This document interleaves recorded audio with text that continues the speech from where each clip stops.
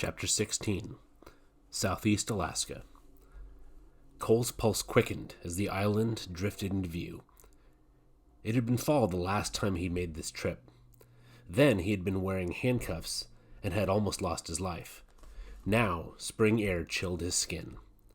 Behind Cole sat Garvey and Edwin, joking with each other and gripping the gunwales to brace themselves.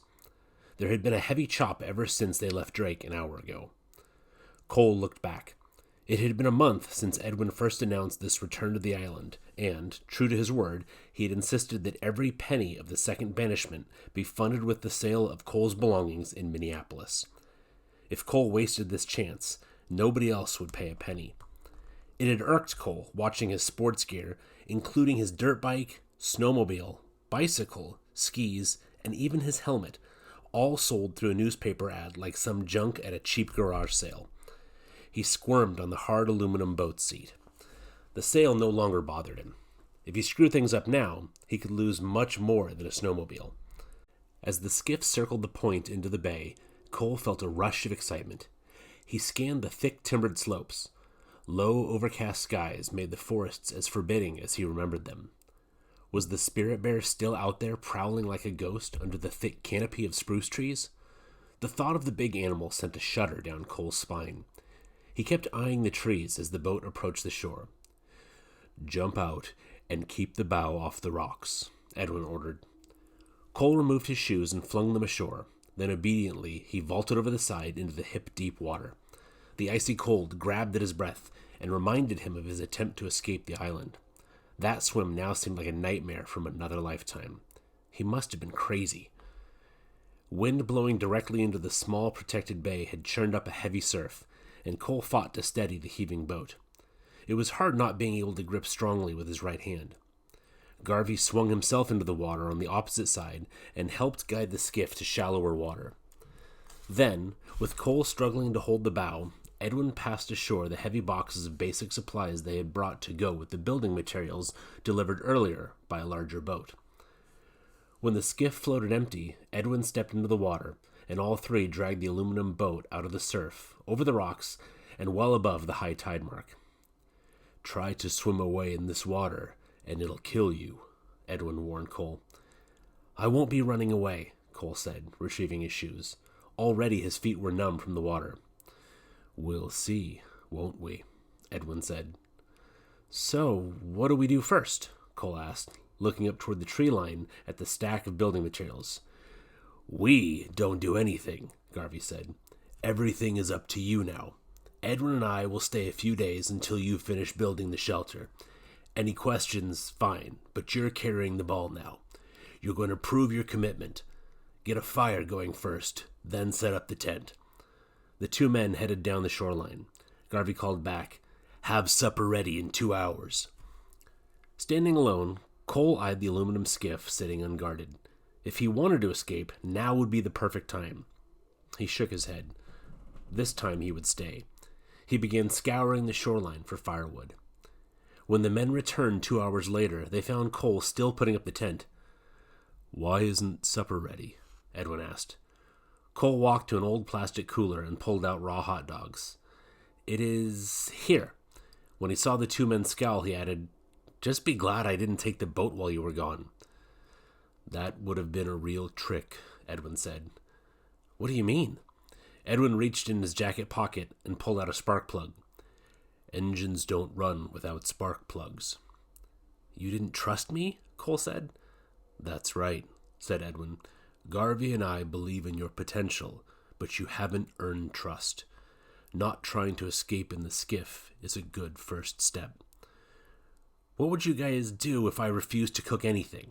Cole asked with a wry smile, as he sharpened a sapling for a hot dog stick. Garvey crouched beside the fire and reached his palms toward the flame to warm up. "First, we'd get hungry. Then, we'd take you back to Minneapolis." "What's the big deal if I fix a hot dog or not?" Cole asked. "It's not the end of the world." "The whole world is a hot dog," Garvey said. "What does that mean?" "Go ahead, eat a hot dog and I'll show you." Cole poked a raw hot dog onto the stick and held it over the fire. He hadn't realized how hungry he was, so he held the hot dog in the flames to cook faster. All the while, Edwin and Garvey stared patiently. When the hot dog was charred, Cole placed it on a bun. "Now what?" he asked. "Eat it." Cole squirted on a glob of ketchup, then devoured the hot dog. Edwin and Garvey kept watching. "There," said Cole, finishing. "I ate the hot dog. Now what?" "How was it?" Garvey asked. Cole shrugged. "Okay, I guess. Why?" "That hot dog did exactly what you asked it to do. You asked it to feed you, and it fed you. No more, no less." Garvey held out his hand. "Pass me a hot dog." Cole pulled another one from the cooler and handed it across the flames. Garvey took the hot dog carefully in his hands and examined it. "This is a fine hot dog," he said. "The finest I've seen all day." Carefully, he slid it onto the stick. He started humming. Soon, Edwin hummed along. For 10 minutes, they hummed the melody over and over. All the while, Garvey patiently turned the hot dog over the coals, careful not to burn it. Finally, when the hot dog was a glistening, crispy brown, Garvey drew the stick back from the fire. "The song we hummed is a song of friendship," he explained. "What are the words?" Cole asked. "There are no words, because each person makes up his own. That's how friendship is." As Garvey spoke, he rummaged through the cooler, pulling out salt and pepper, cheese, a plate, cups, and a tomato. He leaned a bun against a rock near the coals to let it toast lightly, then wrapped it around the hot dog. "You gonna eat that thing or play with it all day?" Cole asked. Garvey smiled and kept working. He cut the hot dog into 3 pieces on a plate and lightly shook on salt and pepper. Next, he cut slices of cheese and tomato and put them on top. With a flair, he added a small circle of ketchup to each. Last, he poured 3 glasses of water. He handed one to Cole and one to Edwin. "This is a toast to friendship," he said, raising his glass. After taking a drink, he handed Cole and Edwin each a piece of the hot dog he had prepared. "That's your hot dog," said Cole. "Yes, it is, and I choose to share it," said Garvey. He began eating, savoring each bite. "Eat slowly," he said, raising his cup again to toast. "Here's to the future." After each bite, he raised his cup for a different toast. "Here's to good health. Here's to the sun and the rain. Here's to the earth and the sky." When everybody had finished eating, Garvey turned to Cole. "How is my hot dog different from yours?" Cole shrugged. "You shared yours and acted like it was a big deal." Garvey nodded. "Yes, it was a big deal. It was a party. It was a feast. It was sharing and a celebration. All because that is what I made it. Yours was simply food because that is all you chose it to be. All of life is a hot dog. Make of it what you will. I suggest you make your time here on the island a celebration." Cole scuffed at the dirt with his shoe.